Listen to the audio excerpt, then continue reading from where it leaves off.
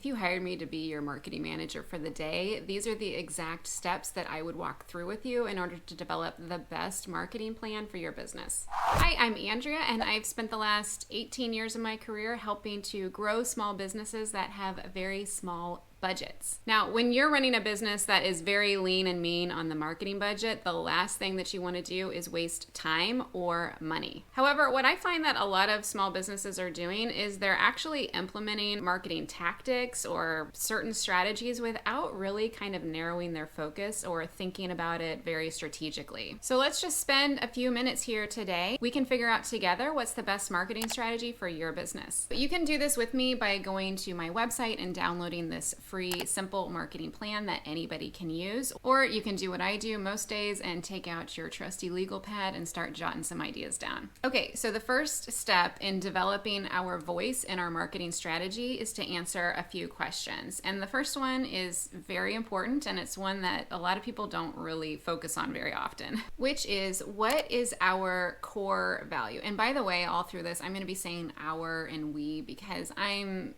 thinking like I'm sitting with you. We're talking about your business right now, not my business. So what is your core value as a business, as a brand? This is not asking what you do. This is asking who you are. It's a very different thing that Mr. Steve Jobs has mentioned in a video that I've shown here on this channel before. Basically, what is your place in the world? How are you going to fit? How are you going to help people? Quick example from my company is I work for a heating and air conditioning company, as you know, and our core value is that everybody deserves a safe and comfortable home. So while yes, we fix and replace residential HVAC equipment, our core value is we want everybody to feel safe and comfortable in their home. So just spend some time thinking about this, and that's going to help to direct your focus. Next, what problem do you solve for people? This is an easy one for anybody who's in a service industry like ours is. We make people's HVAC problems go away. But we also do it in a way that's so friendly and convenient that it makes people want to invite us back. So what problem does your business solve? Now, who is our client here? Who is really going to pick up what we are throwing down? You know, like who gets us? Take a few minutes to jot down their age range, geographic area, any interests that they have. What do they fear and what do they need are super important because your marketing message is going to start targeting these things. And if our messaging isn't speaking to these things, it's not worth doing. Okay, so what are our business goals? The business goals and the marketing goals should be going hand in hand. Before we do any marketing, you have to know how much business do you actually need. Meet with the business owner to decide exactly how many new customers we need, how much business we need coming in from the marketing campaigns that we're doing. This will get easier and easier the more you do it. I've been the marketing manager for a certain company for a number of years. I know that when I do a marketing campaign, pretty much I can count on every new customer costs us $20. And so if I meet with the business owner and he's like, hey,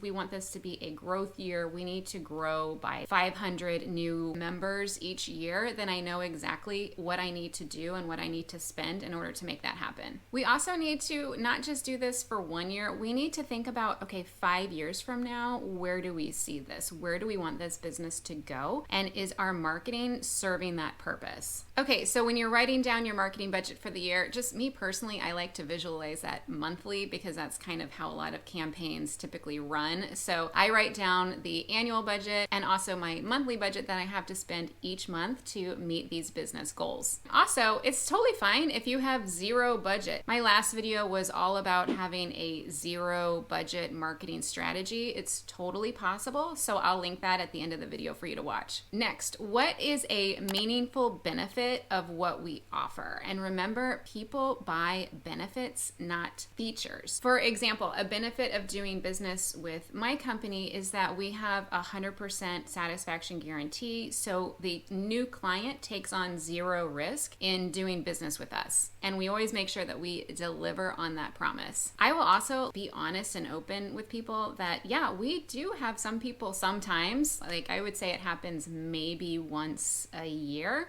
maybe, that somebody asks for their money back and we give them their money back so quickly. We want it to be known that we put our money where our mouth is. And if you are not satisfied for any reason whatsoever, it could be like the silliest reason, we don't care, you get your money back. So that's a benefit of doing business with us that we really want to make sure that we stand behind. Okay, next, what is our hook? What is it that gets people's attention about what you do? When you're talking to somebody about your business or your service or whatever it is that you do, is there anything that makes people go like, oh, really? Oh, wow, cool. That you can turn into your hook. And P.S., every piece of marketing content that we do needs to have some kind of a hook. So thinking about this now is going to be super helpful down the road when you're developing actual content. After you have your hook about your business, you want to know what's going to be your call to action. Where do your sales happen? Do you want people to go to your website, call a phone number, come in physically? We need to think about what actually gets you the sales, where that is location wise,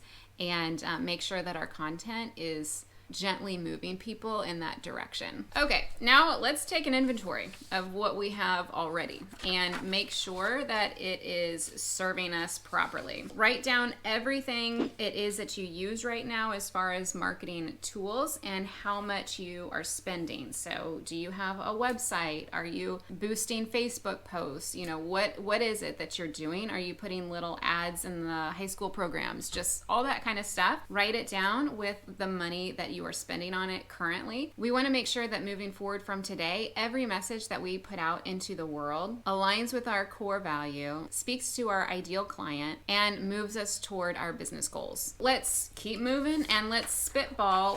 What are the marketing methods or tools that are compatible with our business that will help us and help our clients? If your ideal client is in the baby boomer age range, maybe you just need to focus on building your website and maybe your Facebook profile, because that's what your audience already likes and trusts. Also, just speaking as somebody who runs a one-person marketing department, I mean, you can't do everything.